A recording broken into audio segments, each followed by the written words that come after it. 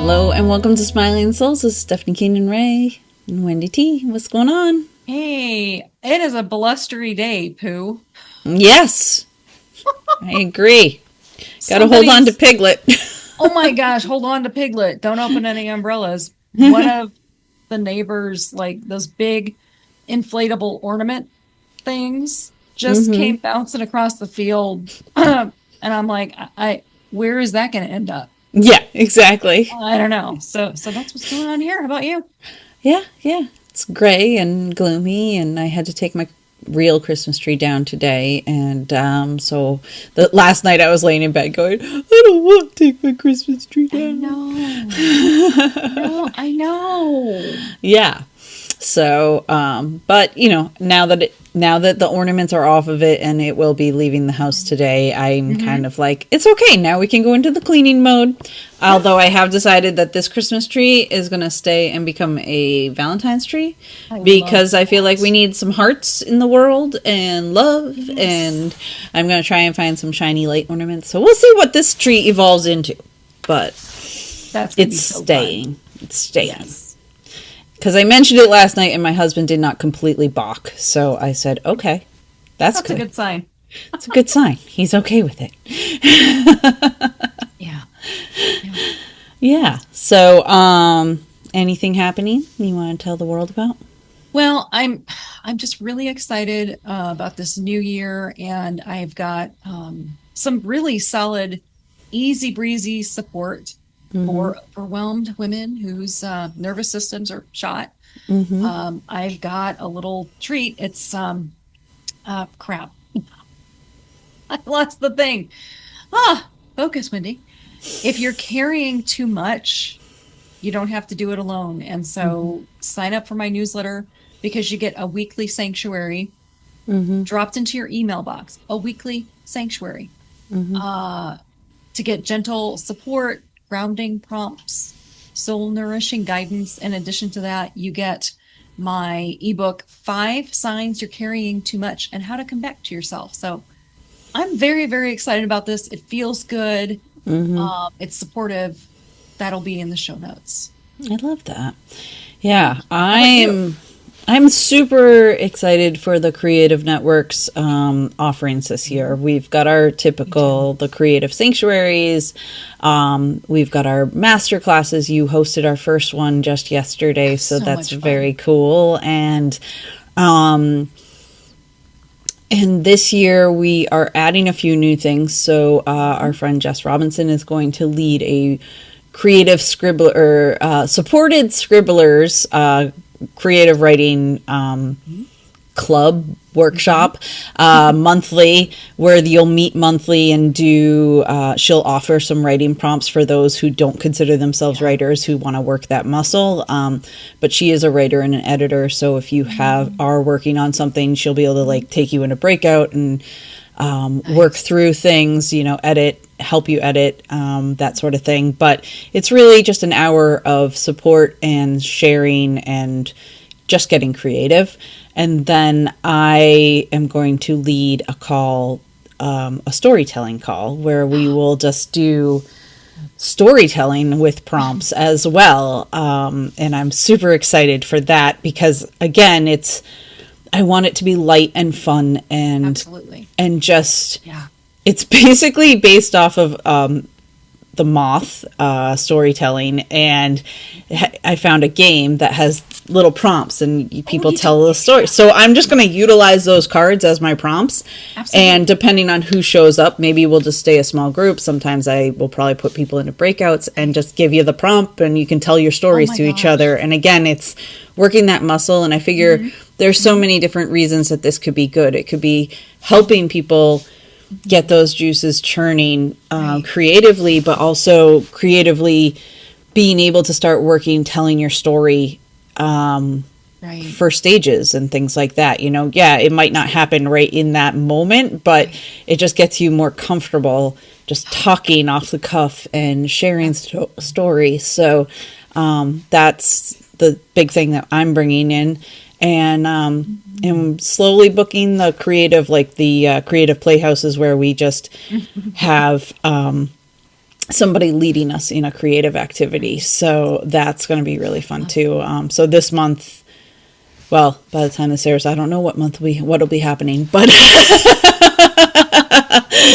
but yeah, we have lots of cool things happening. And then, there's that opportunity to, whether you're part of the creative or part of SheEO, you get to have access to this. And it's just a plethora of opportunities to engage yourself creatively, to support yourself and find more joy and happiness and all the things. And, when we tap into that creative side of ourselves, it helps us personally and professionally. So I think that's key, even if you are a financial planner, you need creativity in your life. So yeah, you do. Maybe especially if you're a financial planner. Exactly. Creativity and fun in your life, just saying. Yeah, exactly. So, yeah, I'm excited for the offerings we have and what we're bringing about this year. Yeah, I think delicious. I love that. Mm-hmm. Excellent. Should we move on to Oracle cards? I think we should. Okay. So, I pulled for myself. I pulled from the Rooted Woman. I love that. And this one is called Sacred Marriage. Ooh. So, the heroine's journey requires us, above all, to reclaim the creative and generative feminine energy buried inside each of us. But before we can fully orient ourselves to the final stage of our journey, our return to the world with the gifts we amassed along the way, we also need to work on integrating and harmonizing the masculine qualities which each of us possess. This is the sacred marriage. In Celtic tradition, between the goddess sovereignty and the king, it's the hieros gamos, the sacred marriage of masculine and feminine, which is also the goal of alchemy. It's necessary because in seeking to restore the feminine to our culture, we must not lose sight of the fact that the cause of our problems isn't the presence of masculine qualities in the world, but rather that these qualities have become excessively dominant. The qualities that we might think of as feminine include an awareness of gifts of embodiment, as well as intuitive, emotional, and empathetic ways of being in the world. In contrast, the qualities we think of as masculine are active, rational, goal-oriented, and structuring, and they are traditionally associated with the intellect and the spirit. Harmonizing these different energies within ourselves is the prerequisite for the work of restoring balance to the outer world, which has lost its equilibrium. And this card invites each of us to find our own unique ways of working with and balancing these qualities. Dang, that card. Right? I kind of was out of breath as soon as I started reading. Well, as soon as you hit creative, I'm like, oh, this is going to be a good one. Right? And yeah, I was like, oh boy. And it's so perfect. It's true. It's exactly what we need. And it's funny too, because I, being surrounded by a lot of energy healer type women that just want to talk about the feminine, I'm always like, especially, being a boy mom, I tend to be like, you're a boy mom. Masculine matters, and right. Both sides matter, and you can't just go, okay, we're too masculine, so now we have to be super feminine. Like, there's gotta be a middle of the road. The yin and the yang. Yes. Which is what my messenger told us. Remember that? Mm-hmm. On vacation, she just appeared out of nowhere. Yeah, exactly. Oh yeah. My. Which is funny, because that's also what I call Jen B and I. The yin and the yang. I feel like when people explain the two of us, that's how they say it. Like, they're like... Yeah. Yeah. But it works, so... Yeah, yeah, absolutely. We go together very well, but it's just funny. It always comes back, right? Yeah, exactly. Should I do my card? Should I Yeah. do, or Do you're your, gonna do Amy's? Okay, so I'll do yeah. mine and then you can read Amy's. So I keep pulling this card. I swear I The pulled this last pineapple! week. Last week I pulled the same card. Encourage a welcoming heart. Be receptive to unexpected blessings. This is from my Whispers of Aloha deck. So it says an open heart allows new energy and possibility to enter your life. This can be challenging when you aren't feeling your best, especially after a setback. Do small things to shift your energy so feelings of openness can return. Light a candle or listen to some of your favorite music. I have been listening to the Gilmore Girls soundtrack many Since times. November. And there's a lot of ba ba ba ba ba like that. Yeah. That's me. If you are able, get fresh flowers. Even better, spend time in the fresh air to clear and open your heart. Not today, thank you. Envision your heart open, willing to receive, and grateful for the blessings in your life. Plan an evening to catch up with your friends. You may have disengaged from others. Sharing time or a meal filled with conversation and laughter will help you feel connected, supported, loved, and needed. Relationships with others can provide a sense of purpose, belonging, and give you something to look forward to. Socializing will help release any negative feelings you have about being alone or isolated. The pineapple, ba-bum, is a time-honored expression of hospitality and welcoming to others. It may also symbolize bounty and graciousness and act as a token of friendship or community kindness. This card is a gentle reminder that you have caring people in your life who would love to see you. It is easy to withdraw when things aren't at their best. That's my card. So are you being closed off? Do you need to open yourself? No, on the contrary. I have begun this new year with. I know. I'm just giving you a hard time because you're like, I keep pulling this card. That's because I keep. Yeah, I'm like, I think. And then I kind of started laughing at the end in my head because there's that whole bizarre thing where apparently people use pineapples to show that they're swingers. Apparently, and wait, what? In the villages, yeah, people use pineapples. To and you have a pineapple plant. So like I forget, was it there was some TV show that did a whole thing about it where like they were shopping in the shopping cart and they had a pineapple and then they started getting hit on by somebody because they had a pineapple and it was very funny. So in my head I was like, maybe she needs a pineapple. Maybe some people need to get to know her better. But did I tell you that I'm killing Amy, I'm sorry. Off topic, but did I ever tell you the joke that Harrison Ford told about the woman in the supermarket? I'm not going to tell it here. Okay, we'll do that another time. Okay. All right. Sorry. It's one of those Fridays. All right. Now, Amy, I pulled for you from The Rooted Woman as well. I don't know what this card means, but because this is a brand new deck. It's the Wasteland. Whoa, that seems serious. Right? I was kind of like, is this really the card that she's supposed to get? But who knows? You never know, right? Yeah. The Wasteland is the place where dreams go to die. It's an arid, rootless place, and its ground is infertile. In it, we're cut off from the source of life. We inhabit the wasteland when we occupy ourselves with jobs that bring safety and security but don't bring us meaning or joy.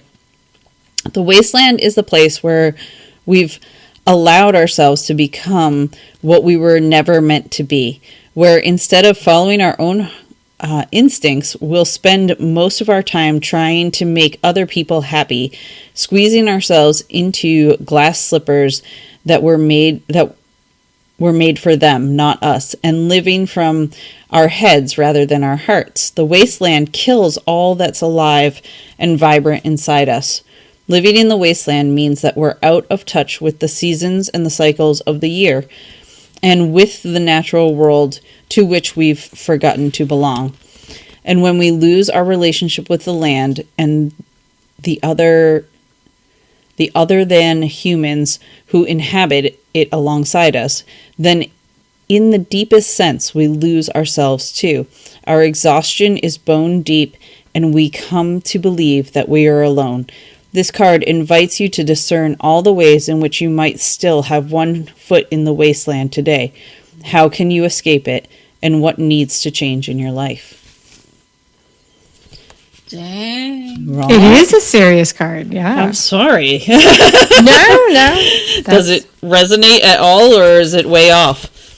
No, I mean it's spot on. Like I'm an empty nester as of September, so I am in that position of transition, and really thinking about what does my life look like, not being perpetually in service to the small people in my family. Yeah, they're not, none of them are small anymore. So Exactly.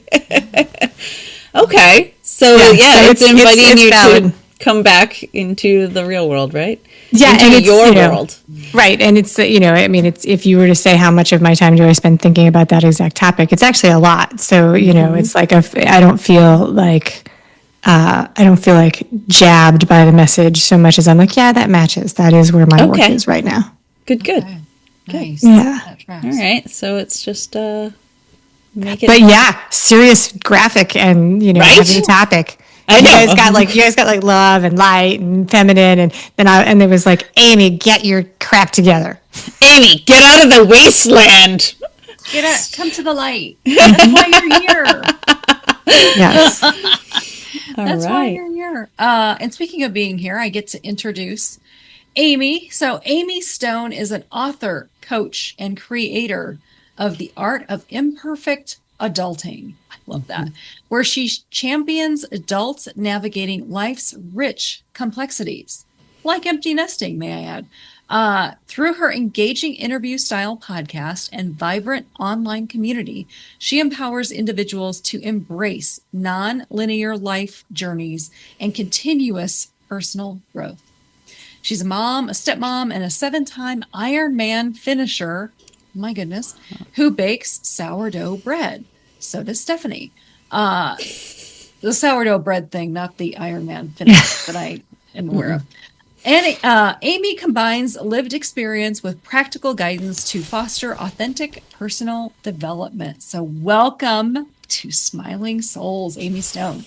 Thank you. I'm happy to be here. And I was excited to hear what I had written about myself read back to me. So I don't know about you guys. I update my bio every few months. So Oh, I know. if there's been a few months between when I submit it to someone, I'm like, wow, let's see what I was saying then. Yeah. Same. I love I was on a that. podcast yesterday, and she's reading and I'm like, can you change that? Right. What was I thinking? But we all evolve. So speaking of which, Iron Man, tell us about that. So I've been a runner since I was like 12. It was that, and then I graduated from college and shifted from like running on somebody else's team to running like for fitness. And then so I'm a runner. My younger brother is a swimmer, and we figured out that we could have healthy sibling competition if we did triathlon. And so that was that. So we started with that. And then it's like the gateway drug to like a new obsession, because you sign up for one race and they're like, hey, there's one that's a little bit longer. Want to try that? Yeah. And I got to the point, Ironman, for anybody who's not listening, is it's called an ultra endurance event. It's a 2.4 mile swim, a 112 mile bike ride, and a 26.2 mile run, all under your own power in under 17 hours. Oh. And so there are a lot of longer races, but that's the longest race I've ever done. Oh. And it is like a big sort of carrot. And so there's from between 2013 and 2018 is when I did those 7 races. I actually started 8 and finished 7. And it was a beautiful time in my life where I was pushing myself physically, and doing these things. I combined it with travel and got to do all of this.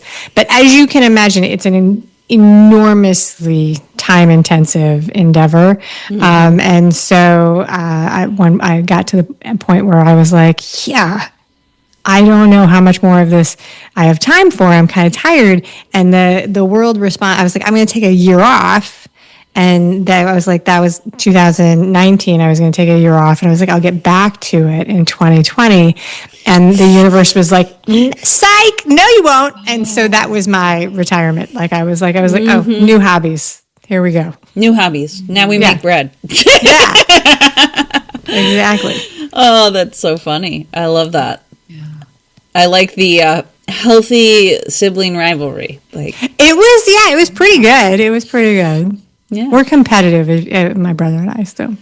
So how do you, if I may ask, how do you compete now with your siblings? So, well, he would have done the Ironman thing with me, except for the fact that right the year that we were going to do it, right when we were going to sign up for our first race, it was like the day before, and he's like, hey, guess what? We're going to have another baby. And I was like, okay, well, obviously you're not going to do that and do this race. That's nuts. So, we were just he was in the season of little kids. And so we just, we just compete with each other with sarcastic barbs and, old fashioned long distance sibling rivalry. But, not anything physical. Maybe we'll get back to it in like the senior games or something. You just like witty banter is what I'm hearing between the two of you. Yeah, exactly. yes. Very nice. So good. Nice. I can see how, first of all, I need to listen to your podcast, The Art of Imperfect Adulting, because first of all, I don't know if I said this on the recording, but so Amy, you're hilarious. The way that you write, I'm reading all the information and I'm laughing out loud. And so I'm like, okay, I need to listen to your podcast, but can you tell us more about it? What do you talk about? Do you have guests? Do you tell us all the things? I love to talk about my podcast. I'm so happy you asked. It's called The Art of Imperfect Adulting. It's all interviews. There are a couple of sort of very short placeholders through the first year where it was me popping in because I felt like I had to stay on a schedule or whatever. And so I did like an update, like the trailer, the, end of year recap, but everything else is interviews. I have conversations with people about the choices and decisions we make as adults and how that impacts the path of our lives. So it's about transitions, sure, but it's through the lens of what did you decide and why did you make that decision, and then what happened because you made that decision. So everybody has gazillions of these stories, right? Some of them are big choices. Some of them are that have big impact. Some of them are small choices that have big or small impact. And so I love these. The show was inspired by the fact that with my age and wisdom, I realized that whether I was talking to somebody about being a stepmom, raising kids, dealing with adult caregiving, running triathlon, learning how to swim, their finance, whatever, there were commonalities in how we approached the change that we were going through. And it began to show up in that people would say, hey, this thing that you're talking about, doesn't it also apply over here? And I was like, I guess so. Like maybe it does. Right. And so what I thought, because we really, we have siloed conversations and information very tightly in 2025, 2026 where we live. So, you've got one podcast that's about, left hand knitting, and one podcast that's about raising caterpillars in Iowa, and one podcast or show that's about, celebrities who have red hair. Very specific topics, right? Very specific topics, which are great. And not very many shows that are general, that are, you don't know what's going to exactly be there, but they have something in common with personal development and change. And I just was like, hey, let's see what happens if I throw this out there and whether or not people would like it. And truthfully, before I started, I had 100 conversations with people to validate the idea. Yeah. The first 25 people were like, we don't understand what you're talking about. Which was very helpful because I got better at describing it.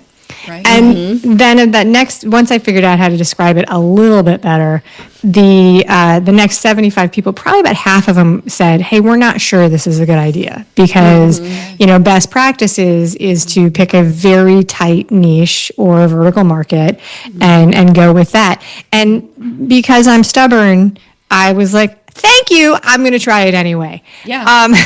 Hold my coffee. Watch this. Right, Yeah. exactly. And, was that the best idea I've ever had? I don't know. But what I learned over the first years is that people with a much bigger reach and more credentials than me talk a lot about the value of sharing stories and the importance of sharing, the experiences we've had. I agree with that.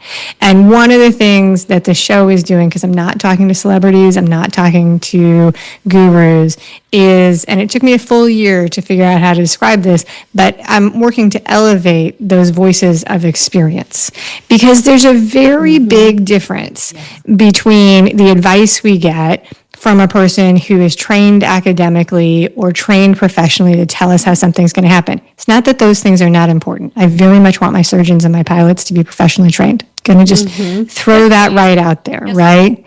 But the way the dentist describes the experience of getting a root canal is not the same as the story of the person who got the root canal 2 days before you get yours. Yeah. They're both important. And it is weirdly tougher than ever to find stories of experience. It's like my theory on that is we don't always know what we're looking for. And so we find other stuff that is what we think we're looking for. So you'll search, why am I unhappy, instead of, what do I need to do to get over my empty nesting, divorce, midlife crisis. Yeah. Yeah. Yeah. Because we're skewed toward, the negative. Like that's just what's wrong with me versus program. Yeah. Yeah, definitely. Also, I think that sometimes we just don't know, right? So once you go to the doctor, you know that you don't feel good, right? You need the doctor to tell you, hey, you need to speak to this specialist. And that's when you find the specialist, but you didn't know he even existed or, that was there. And so my husband has asthma. So we have a pulmonologist on the rotation of people that we see as helpers. He didn't just wake up one day and say, I think I should hire a pulmonologist. He didn't know. Right. He didn't know. Right. And so there's no way he could have ever asked for it. And I think that when we're going through, and you guys, I think we're close in age, right? Yeah. Yeah. I think there's this thing at the beginning of a transition where you don't know that it's happening. Mm-hmm. Right? You're just experiencing the first wave of discomfort. And so when you if you ask for help at that point, you're just like, everything sucks. The world, exactly. Somebody fix it. Yeah. And you kind of need somebody but what's nice is you can have maybe you have a friend or you have somebody on your team who can say, hey, could it be this? Which is amazing, right? Right. But the other thing that happens is that you will hear somebody tell their story and you're like, holy crap, that's what I feel like. And that's the value of the experience. Yeah. Yeah. I think that's kind of so we did a menopause summit last year, and I think that's part of it is that so many, we're suddenly in the realm where people are like, oh, let's talk about it. But how long do you go along where you're just kind of living life and you're just kind of well, I don't really know what's happening. And then you're telling somebody, just literally just the other day, my mother goes, we were talking about why I don't drink alcohol and the fact that it just makes my skin just explode immediately and the inflammation is already high enough in my body and I don't need added, and it's the one thing when I cut things, it's the one thing I feel a difference in, so I just don't. And she goes, well, you are of a certain age. I do remember that I would have a glass of wine and just phew. And I was like, you couldn't have mentioned this 3 years ago? Right? Yes. Like, yeah. what? Like, it's just hitting you now? I sent my daughters a text and was like, write it down because somebody someday is going to ask you how old was your mom, and I was like, this is the number. And my daughter was like, she was like, what? And I was like, seriously, just make a note. Make a note somewhere because this doesn't make any sense now, but That's valuable. right? That is. Because that is the thing. Like, like if my mom had told me when I was 15, like, hey, pay attention, I would have been like, I don't know what you're talking about. Whatever, Mom. Right, exactly. And then you found it's like not paying attention in school. It's like, I don't think they taught me this. I'm like, well, now I'm not so sure that they didn't teach it. I'm pretty sure I might not have been paying attention. Exactly. I may have been talking in the back of the class. Yep. You too? I may have been daydreaming about something other than this. Right. Gosh. The age thing. Anybody here? On our trip to California, I got old ladied. What? Oh, did you? Old lady. First time, and I didn't realize it happened until after it happened. So Amy, I'm 51. I'll be 52 in March. And I went on a Harry Potter ride, this, that, and the other, whatever. Had my eyes closed the whole time. It's fine. And this couple that was on this in this group, they're like mid-20s, right? Yeah. And so after one of the rides, I'm in the bathroom, did my thing and washing my hands, and she's the woman is next to me and she's washing her hands, and I said, oh, it's such a fun day today. And I said, I really surprised myself going on the rides because I'm typically not a ride goer, but I went, so go me. She goes, I know. She goes, and you did so good on those rides. And I was like, thanks. And then she left and I went, she just old ladied me. That's funny. That is very funny. Right? I'm like, what? I had no idea what you meant at first when you were saying that. I got old ladied, and I was like, what does that fucking What mean? else would you call? I mean, that's, Well, I thought you were going to say that she called you an old lady. Yeah, Like, you know, hand the old lady a towel. Or, she might as well have. Which would, well, no, that would have been worse. That would have been worse. Partly because you might be, you might have reacted and it would have been a dramatic situation. I did have a reaction after you walked away. I was like, what? So I do that. I do that on purpose now when I'm in something like, I've got a kid who has decided that they love winter sports and I don't have any experience with winter sports. Mm-hmm. So when I sign myself up for the lesson, because I don't know what I'm doing, and the instructor is like, hey, what are your goals? Are you a beginner? I'm like, let's put me in the special class of beginner. Okay. 52, live in the tropics. Lives in Miami. Right, exactly. Yeah. Like, assume I know nothing.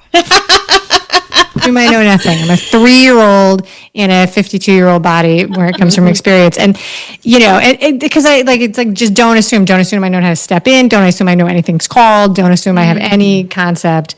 Mm-hmm. So I old lady myself. I like that. Oh. Okay, interesting. I love that we've got different perspectives. Steph, are you okay? Did you recover? I'm okay. Yes. Okay. Yes. All right. So speaking of stories. Yes, ma'am. Amy, can you tell us about the best advice you ever got? Oh, so you asked me about this beforehand. So this is a story from right after my first daughter was born. So I say that I have 4 kids. The 2 oldest are my stepkids. And there's an age gap between them. My stepdaughter is 13 years older than her younger sister. And so, she might be 16 years old. Anyway, math aside, there's a gap.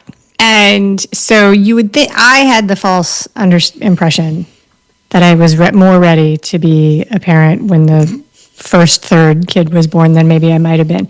And it was just as overwhelming as I think anybody else's first experience. So what was happening was, here I have this new baby, I'm trying to feed the baby in the very natural way of nursing, and I'm absolutely overwhelmed. I'm positive that I'm starving this baby. My dad comes and tries to like calm me down. I can't tell if the like super absorbent diapers are wet or not. I don't know if you guys went through that. So I buy. My dad brings me all the books I ask for. I find a new mom group at a local hospital. So my kid is like maybe 2 weeks old or something at this point. And I sign up for this meeting, and I'm going to drive 1.5 miles down the road to this hospital near me, and I'm going to go to this mommy and me meeting. It's the first time I go. And I've got my little stroller. It's a huge production the first time, like getting out of the house, getting everybody in and out of the car, getting in the parking garage, all of these things. I'm taxed out. Like I'm only sleeping, 12 minutes a day. The baby's in the stroller, so on and so forth. I roll the stroller to the elevator. The kid is crying. I'm stressed out. I'm sweating. None of my clothes fit, all of the things. And there are two people near me. One is an old lady with the silver hair, grandmother, matronly type person who I thought was on Team Amy. But it turned out not so much, and I'll tell you about that in a second. And the other was the janitor who's cleaning the garage with the big industrial bucket, doing all the things. So anyway, we're standing there, and the grandmother looks to me and very sharply says to me, this is my memory. If it was replayed on a tape, it might not be quite so sharp. Yeah. But she says, because I'm taking my screaming kid out of the thing and picking her up, trying to push the stroller at the same time. And she says, she's like, if you pick that baby up every time she cries, she's never going to be independent. Like, you need to let her cry it out. Oh. And I am like trying to hold it together and be polite, but inside I feel chastised, I feel shamed. So the three of us get into the elevator. I'm holding the crying baby. I'm trying not to cry myself, all of the things. The lady gets out and walks, and the janitor taps me on my shoulder, and he's an older gentleman, and he says, let me help you with this stroller. He said, you hold that baby. He said, I've never seen anybody be able to, like, you can't love them too much. You love that baby, and I'll help you get where you're going. And aww. I will never forget him, because I did not think I would get such nice advice from a janitor when I was next to somebody who I thought might probably have been a mom at the same time. Is that interesting? You just never know. You just never know. You just never know. Yeah. Mm-hmm. Oh my goodness. Again, Gilmore Girls, when we were at Stars Hollow, fake Stars Hollow, we were in Dosey's Market, fake Dosey's Market, and there was a guy. I never thought he'd be at Gilmore. Like a man bun, tattoos up and left and right, and like black shirt and boots, and I'm like, oh God. But there was a woman not with this man, I'm pretty sure. I think she was just having a moment. She was having a meltdown, whatever. And he just said something to her. I don't know what it was. And he gave her a Kleenex. And I'm like, oh. Like looking at him, I'm like, right. You just don't know. Mm-hmm. You don't know where the light's going to come from. Yep. Yes. Which is kind of fun. It is. It is, because it gives you like peace. Like it could show up right around the corner. Yeah. Yeah. Absolutely. Yeah. Yeah. It was beautiful. That's awesome. Oh gosh, what else can we do, Steph? I don't know. Yeah, I mean, I just love their sense of humor, and the way you hold yourself. You're hilarious. Yes. Great storyteller too. Definitely. Is that an innate thing? Are you like innately a storyteller? So that's a great question, Steph. So people have asked me over the years, they say, where did you learn to tell stories, and where did you get your sense of humor? And for a long time, I answered that, which I'll share you. It came from my dad. My dad was really funny, and he was a good storyteller. And then about halfway through last year, somebody asked me that question. I said, listen, the answer to that can be my dad, but my dad died 15 years ago. And I was like, I'm 52, so I'm just going to claim it for myself. Like, I mean, I grew up in a house where we told stories where everything was a joke in my childhood. And so that's definitely where it started, but I'm going to claim it for myself now. Nice. Go you. Yeah. Excellent. That's really cool. Yeah, and let's see. Well, so Amy, you seem to take that to heart, the laughing instead of crying, because we all get to make a choice, right? Yeah. Whenever something happens and it's a little like, we can either go down the rabbit hole, go to the darkness, go to, oh man, this sucks, or we can choose to find some laughter in it, and you choose that. So sometimes, I mean, I think it's an and, right? Like sometimes things happen and it's hard to find it takes humor doesn't show up in hard things for a while. Right. Yeah. You know, in really, really hard things. Right. And one of the things is that I do try and keep things light, especially when I'm talking about tough topics. Sometimes that's not humor just so much as it is just to try and not be weighted down in the weeds kind of thing. Like when we were talking about the wasteland, that could have gone really dark. Like I could have taken it and been like, yeah, let's talk about all the challenging things, but that's not really serving the conversation.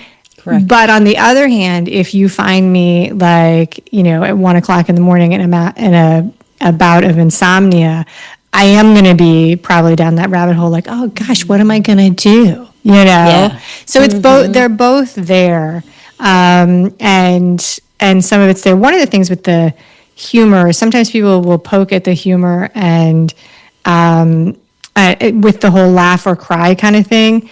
And I do try and be careful to not be funny at the expense of other people or, that kind of mean humor. Like the only person I'm going to make fun of is probably going to be me. Yeah. Like and a past version of me that didn't know. Because that she had to learn the lesson. Like I had to learn the lesson of being nice to the now if it happened to me again today, if I was out with like somebody else's baby and I ran into that same old lady, I have walked that road. So there's two things that come from that. One, it wouldn't have rattled me as much. I would have just been like, oh, okay, thanks you for your opinion. Enjoy your ride on the elevator. And the other thing is that having walked it, I'm happy if it happens in front of me. I will be like, yeah, some people believe that, but other people think it's fine to pick your baby up and carry them for 2 years. You'll be the janitor. I'll be the janitor. I'll be the janitor. Yeah, exactly.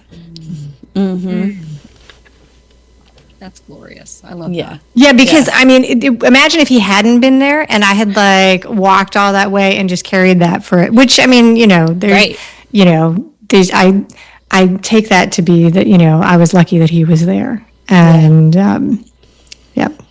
And he walked with me. It was a long walk. Walked me all the way up. That's awesome. A super sweet guy. Yes. Aww. Yeah. That's an angel. That is. Yeah, that's what when people talk about the angels that show up. But like we will sometimes it's like you think about with angels, you think it's going to be some big huge thing, right? And sometimes it's just the guy. Simple. Exactly. And I didn't have any idea how significant that story would be, until I had picked up my baby 1,000 more times and his voice was in my head. It's like, you can't love this baby too much, there's right. Which when you rephrase it like that, like who's going to decide how much love is too much? Like, doesn't that sound terrible? Like, that's too much love. Right. Okay. Who says that? Right. It makes me think because,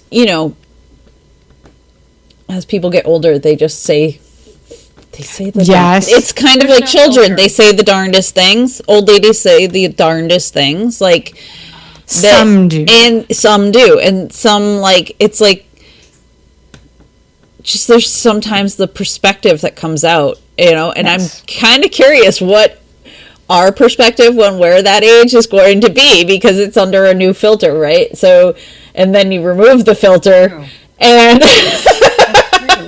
right, we don't know who we're going to become. I think about that.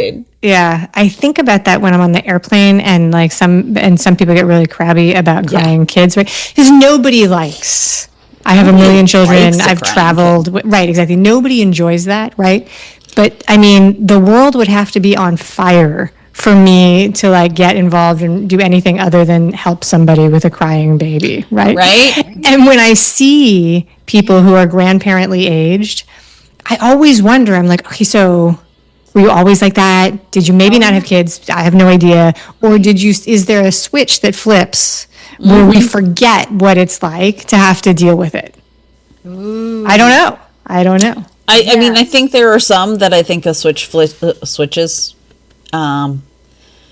But I also think that, there's the different personality types. Yeah. And there's definitely the people who have never been parents before. Yeah. Right. I mean, because I'm never going to say, hey, it's great, bring the, but like. But I can't imagine looking at that and not seeing that, like, the parents are typically, like, super stressed that their kid is super crying. stressed. Like, it's not like the parents are sitting back just being like, enjoy this 5-hour flight with my crying baby, No, they're just as right as probably everybody around them. But to you guys' point, when I see something, I love watching people and noticing things, and I'm always like, wonder what happened in their life. Wonder what, and I'm always curious, and I would love to ask them, but I can't. Right. No, that was like, it's not the time. Like, what happened to make you so cranky? Yeah. So when I was a kid, I was like, I don't know, maybe 13. We had this priest at church who, whenever a baby cried in church, he would literally stop mass and be like, everybody say a Hail Mary right now. Really? And it, like clockwork, the baby stops crying. And I will say that there are certain times that you could have to say Hail Mary like 5,000 times. But oftentimes, if I'm on a plane and there's a crying baby, I just say Hail Mary in my head. Like, it's just, like, it's burnt into my brain to just that indoctrination works. Right? But I'm like, this is a useful use of the Hail Mary. Interesting. So maybe you're calling on Mary, who's comforting that child. Yes. Like, I got this. Thanks. Yep.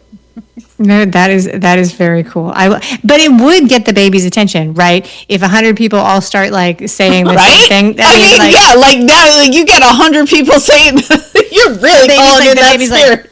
I mean, babies find that soothing, right? Yeah. They're like, so I think you might have something there. Yeah.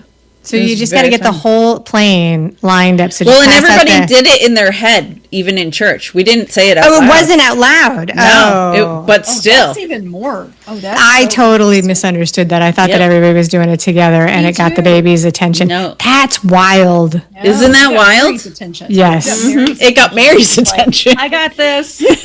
Coming in. Wow. Yeah. It was very crazy. That was not my church going experience. The babies were in the crying room. Yeah, we didn't have crying room. So I always, like, when I go to a church with a crying room, I'm like, what is this baloney? Yeah, exactly. Just let them be. They're going to be kids. They're going to be exactly. Just. Let it be. Yeah, that's so fun. So you definitely have a lot of stories. I love this. Driving from New York to Miami with a full-size cello. Tell us that story. Oh, yeah. What? So we used to spend, Miami is not a great place to be in the summer weather-wise. I don't think that's a secret for anybody, right? It's very hot and humid. So we would always send the kids to camp, and we would had a summer house that we would drive back and forth for. And so the plan at the end of this summer was that I was going to take the little kids, swing by camp, pick up my stepdaughter and the cello, and we were going to take what's called the auto train down from DC to Florida. But there was a hurricane off the coast. And so the auto train emailed and was like, canceled, you're on your own. And so instead, I drove with all three of these people and a full-size cello, which only fit into the passenger seat, in the front seat. So the kids were in the back with all of the luggage, and including the giant camp bags from a summer of camp, and the cello. And this is how we drove from the New York, Massachusetts border all the way down to Miami. Yeah. And I was the only, like my And you're the only adult. So my stepdaughter was in theory an adult, but she had had like a camp romance and she was having heartbreak in the backseat. So she was not in a position to be helpful, which is not a criticism of her, but like if you've been with teenagers, She was being it's a brutal, teenager. right? It's a brutal adjustment. And I was on like deadline to get back for school. So yeah, that was the drive, 2 days. And it was with a hurricane. with a hurricane. And, you know, so it was like the radio. So we would stop, like the radio news and the TV news about hurricanes is all, it was like a small storm and it wasn't a big deal. But it was that balance between like you turn on the TV and they're like, storm bearing down. And then I would look up NOAA and they're like, little bit of wind and rain. And I was like, okay, we'll keep going. Yeah. Like trying to figure it out with like it's like that pressure of like all the things that matter in the world are in the back seat of the car. Like, am I making the right decision? Is it gonna be fine, or are we all gonna die?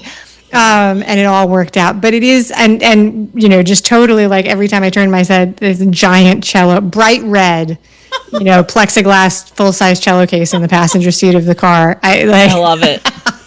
I think I would have started talking to it. I would have given it a name and been like, so Fred. That would have been, that would have been, it was, yeah, that would have been good. There are times where I feel like there are parts of my life that could be a sitcom. And that's one of those, That was one of those times. Yeah. That sounds It would have been great comedy for your kids too, to see you talking to this cello. Like, oh, right. She's finally cracked. Mom cracked. Yes, exactly. What's going on? Yeah, but I was really, you know, trying to hold it together and be positive and not scare anybody and just get through it, and you know, just doing the thing that you do, you know. Yeah. Wow. Yeah. I love that the comparison of like normal news too. Right. No, and it's like I would like look out onto the highway and be like, other people are out there, so it's probably going to be fine. And it was. And it was. Mm-hmm.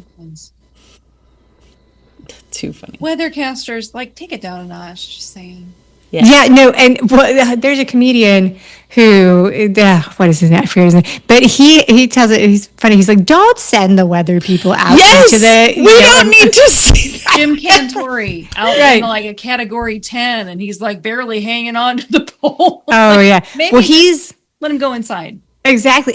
He's retired last year, but the joke in Florida used to be like when Jim comes into town, you know that it's about to get real, right? Exactly. But we got a Cat 5 when Jim's in town. Because the rest of the time, the thing that's so funny is that they've got to make the story, and like sometimes, you know, I mean, hurricanes are not something to mess around with, but sometimes they're like standing in the one place with the angle, trying to make it look bad, and like, you know, on the other side that you can't see, there are people sitting at a cafe eating lunch or like surfing in the waves. You know, it's like, oh, okay, you know.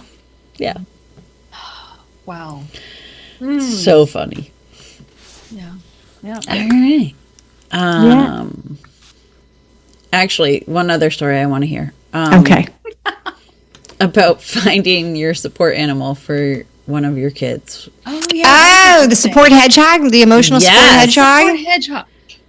Yes. So, and I need to know about this because during COVID, no, not even COVID, just recently, just being watching a lot of Instagram, my husband and I have managed to curate our Instagrams to have a lot of cute animals, and we both got really obsessed with hedgehogs for a while, and he was like, seriously, he started to consider seriously that we should raise hedgehogs and sell them because you can make they're expensive. Money. They're expensive. They're expensive. But then I did the actual research. Like, he was just daydreaming, and I was like, no. Apparently, the reason that you're always seeing the hedgehogs being washed is because when they run, they poop. Oh yeah, so yes, no. Well, okay. So our hedgehog. So I want to hear all about your hedgehog, and I want to hear the story. Yes. Diaper on it, or what do you do? No. You can apparently litter train them if you have a big enough enclosure. Like, so they will. You can do that, but I have not done that. So that's you know, you read about it. So my son is he was going through just some anxiety, type stuff. He's of the, one of the millions and millions of kids that came out of lockdown and all of that, with that. And we were doing all of the things. It was a throw spaghetti at the wall, trying to find all these things. He's allergic to lots of things. And my husband has asthma that we can't have a cat or a dog. So the normal everyday squishy lovable animals were off the table, right? We did try with kittens and we loved them, but I almost killed my husband, so it wasn't and so hedgehogs, they have the quills, they don't have the fur. So our allergist was like, yeah, probably. They're considered exotic pets, so we find a breeder and we fill a very complicated survey that's trying to rule me out from whatever crazy thing they would be on the lookout for. Fine. We drive out into the agricultural part of town. So we take a drive for a meet and greet for the hedgehog. Okay. We get the hedgehog, it's a home run from the mom perspective. My son is immediately enamored with this very cute little thing. And so we get the hedgehog. They are, you can't ever, they're covered with the quills, so you can only pick them up if you have gloves, or he's got a little felt pouch that he goes in. He's hilarious because they're solo animals. They're nocturnal. He's totally socialized to tolerate us, but he's not hey, come hang out with me ever. I go and I check on him every day, and he's he puffs up his little quills. He'll let me reach in and grab him. It's totally fine. But he's adorable. He's very fuzzy, and I'll pick him up and play with him every single day. He has a little snout. They're mostly blind during the day. So he hides in his little enclosure where he just hangs out, and then at night I can hear him on the wheel.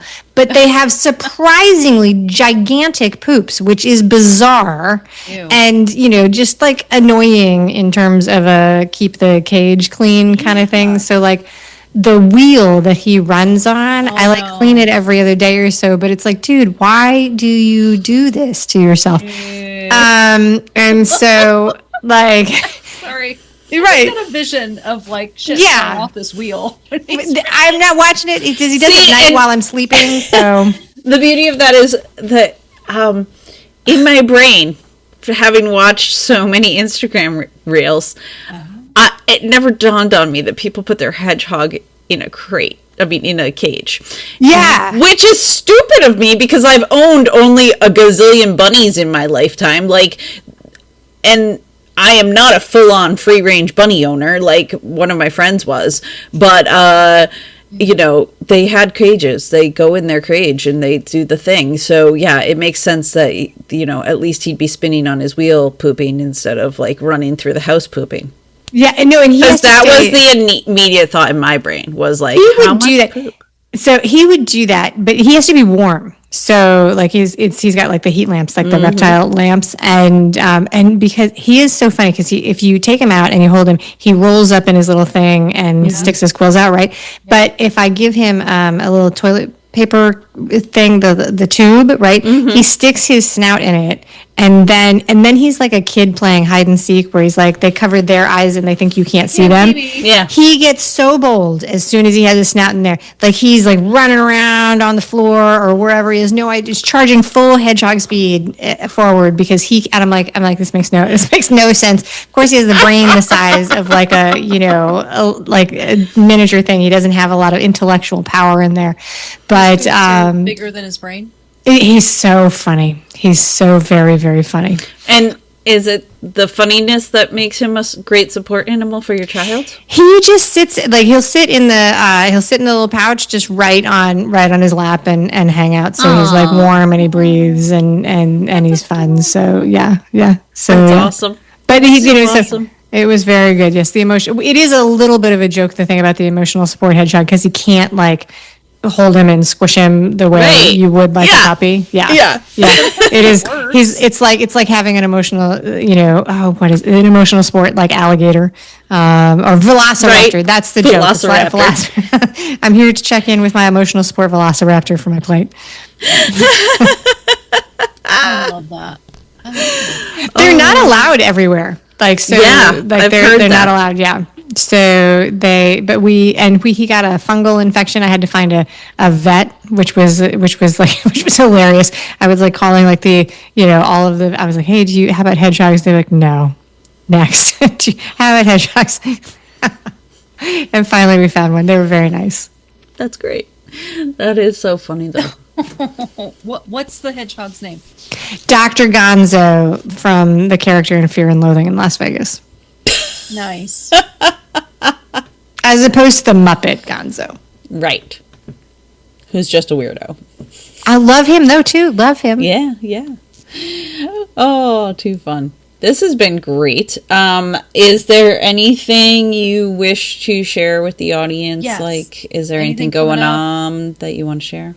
Is there anything going on that I want to share? Sure. Like, so we're in year 2 of the Art of Imperfect Adulting, so people can check that out on YouTube and on all of the audio platforms. That's a super easy way to get to know me and what I do. And then I have 2 simultaneous sort of communities that I run. One is just self-development for listeners of the show. And then also I'm organizing in 2026 a peer-to-peer community for women who are creators of podcasts, YouTube channels, films, stuff like that. So where we can get together and work on being better at that. I love that. Amazing. Yeah, that's brand new. That's exciting. That It is. is. Because you guys do it. Well, you guys have a partnership. You guys do it. It can be isolating. You're like in your little bubble, like, hello, is anybody out there? Yeah. How does we have this each work? other. Yeah, exactly.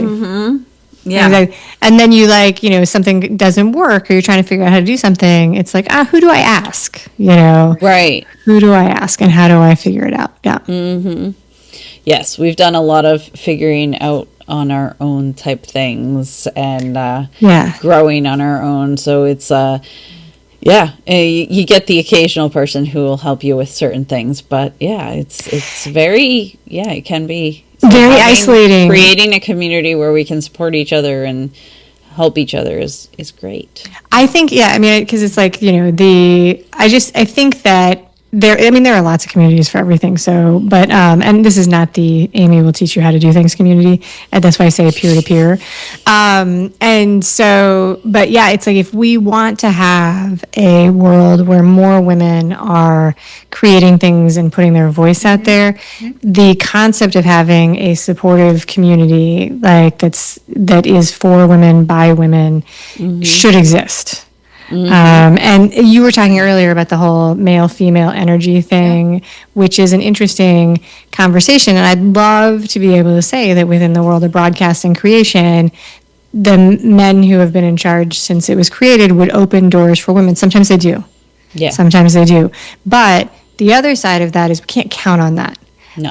And even when they do that with the lens of what they think that it should be. And so it's this really strange thing. So like one of my favorite stories, do you guys know that Victoria's Secret, the underwear brand, was founded by a guy who was uncomfortable going into the store to shop for his girlfriend?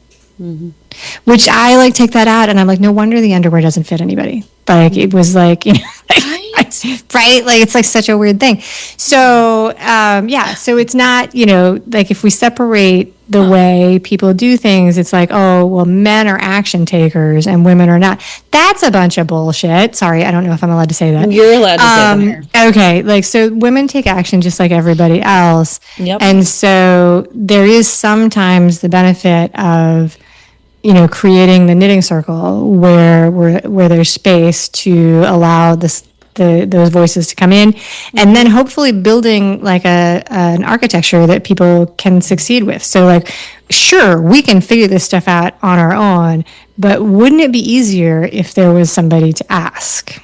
Exactly. We want easy. Yeah, because then you can spend the time actually doing the stuff instead of figuring it out. Exactly. And, I'm perfectly happy to try and figure this stuff out. Sometimes I really enjoy that. It can be a lot of fun to learn new things. Yeah. And other times I'm like, I spent 6 hours learning how to, how schema works instead of editing my show, Exactly. Yep. Yeah. Got to choose. Right. So that's where that came from, and it'll either become a raging success or a moderate success, or no one will care. We'll find out. Talk to me in a year. So people can find you through your podcast. Where else? People can find me through the podcast.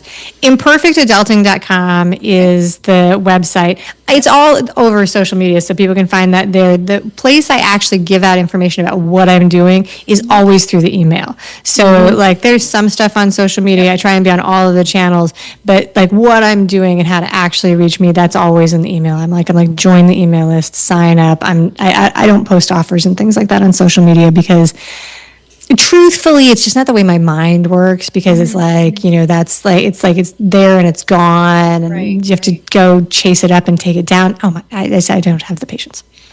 Yeah. Agreed. Yeah. I love that. Excellent. Well, thank you so much for being a guest. So We've much. loved your stories and laughing Thank and you. having fun. Thank you so much. You said you took your tree down. You're taking your tree down today. I took mine down yesterday because today was garbage day, so it got picked up. So, and I look forward to seeing your Valentine's tree. Thank you guys for inviting me and hosting the conversation. Of course. All right. See you next time. See you next time.